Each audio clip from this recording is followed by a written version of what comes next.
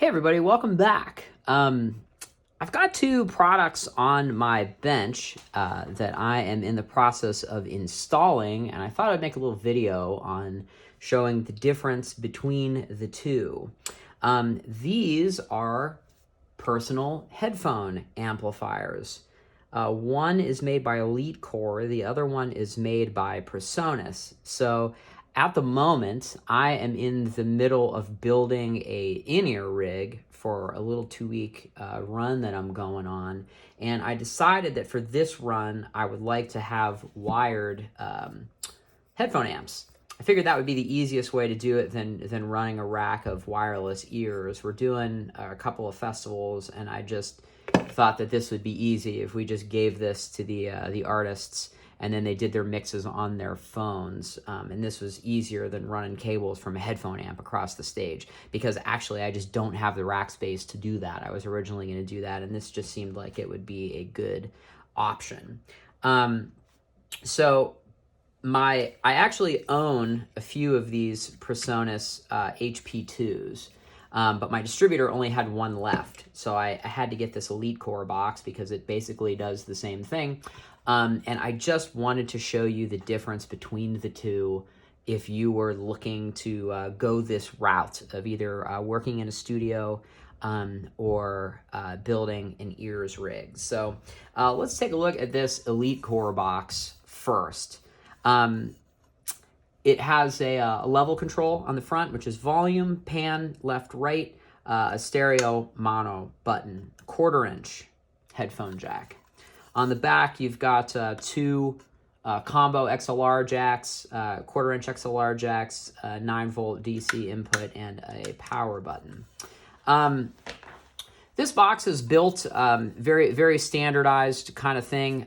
The way that these are built generally is this middle part is a piece of extruded aluminum, and the face pieces are screwed into little channels. I've taken a lot of these sort of boxes apart for clients in the past and built rack chassis and frames and all kinds of stuff. So this is a really robust way to do it as an integrator. I totally love these because they're easy to mount.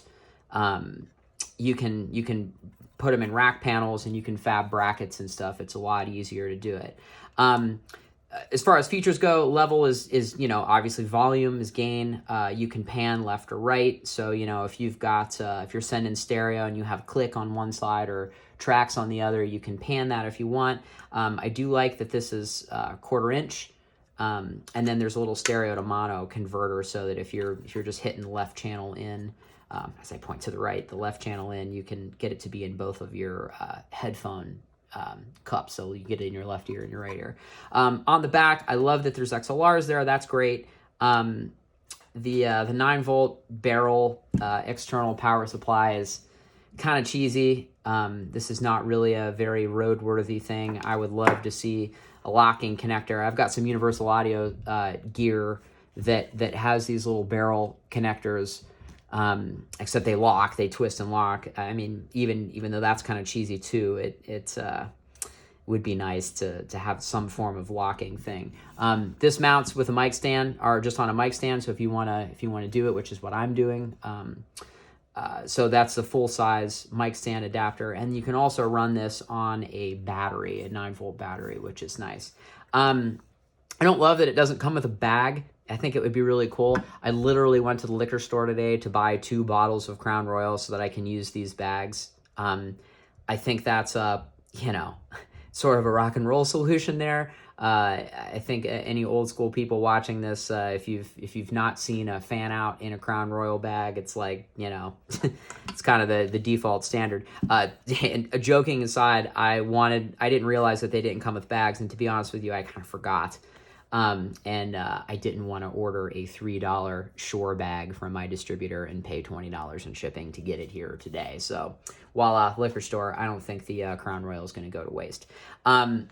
The Presonus one is smaller. They kind of have it designed so that it goes on your belt. Again, on the front, you've got 1/8-inch, 3.5mm jack, volume, and a pan, and then also the same mono to stereo converter. On the back, you've got a power switch, the, again, 9-volt DC inlet, and then they've got this little connector on the back, which in my mind, this is a LEMO connector. I think, feel free to correct me if I'm wrong, this feels like a camera kind of connector, which is a LEMO connector. And then they give you this breakout cable that is your 5-pin LEMO connector to 2 XLRs. I don't love this. I know what they're up to here. I know that they're doing that to make this pack smaller so that you could wear it on your belt. But one of the misses that they have here is these aren't labeled left or right, so you don't know which is left and which is right. So if that's critical for your application, you gotta do that. You know what? Now that I'm looking at this might be a TAF connector or a mini XLR. I may be using the wrong terminology here, but anyway, you know, it's just kind of cheesy. I have a feeling that these pins are gonna bend. You know, you screw this thing on here if you're not being super careful with it. It comes with this Euro to full-size mic stand adapter that goes right in there. This is sort of already kind of not super loose from the factory. It's the same build as the Elite Core box, where it's an extruded piece of aluminum that has a face piece screwed onto the front and back. And, you know, and again, it kind of comes with this cheesy power supply and, you know, again, no bag, hence the Crown Royal bag. You know, I think for what these things are, you know, dealer costs on these things are under $100. I don't know what they're going for retail, but, you know, I can't imagine that they'd be much more than that.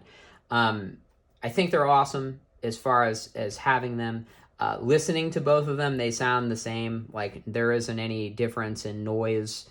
You know, it's more of just a sizing thing. Like I said, I own a few of the Presonus ones already. I would have stuck with this, but they just, like I said, my distributor didn't have them in stock. So I think both of them they're certainly cool. They certainly serve a function, and they're both sub $100, right around $100. So if you have any specific questions on these two boxes, just drop me a comment below. Feel wise, as far as knob feels go, they're cheap knobs. You know, I don't think this is winning any OCD awards of having amazing knob feel. Each of the volume pots are detented, and the pan pots on both sides are smooth. The Presonus has an 1/8 inch. The Elite Core has a 1/4 inch. You know, and then again on the back, the Elite Core has full-size XLRs, and the HP2 has just this TAF or LEMO or whatever you want to call that connector. So I think they're both cool. We'll see how they last on the road. If you don't hear from me, everything is fine. If I make a "oops, this got destroyed" video, or if something happens, I'll make a video that shows that they got destroyed. So if you have any questions, just drop a comment below. As always, thanks for watching.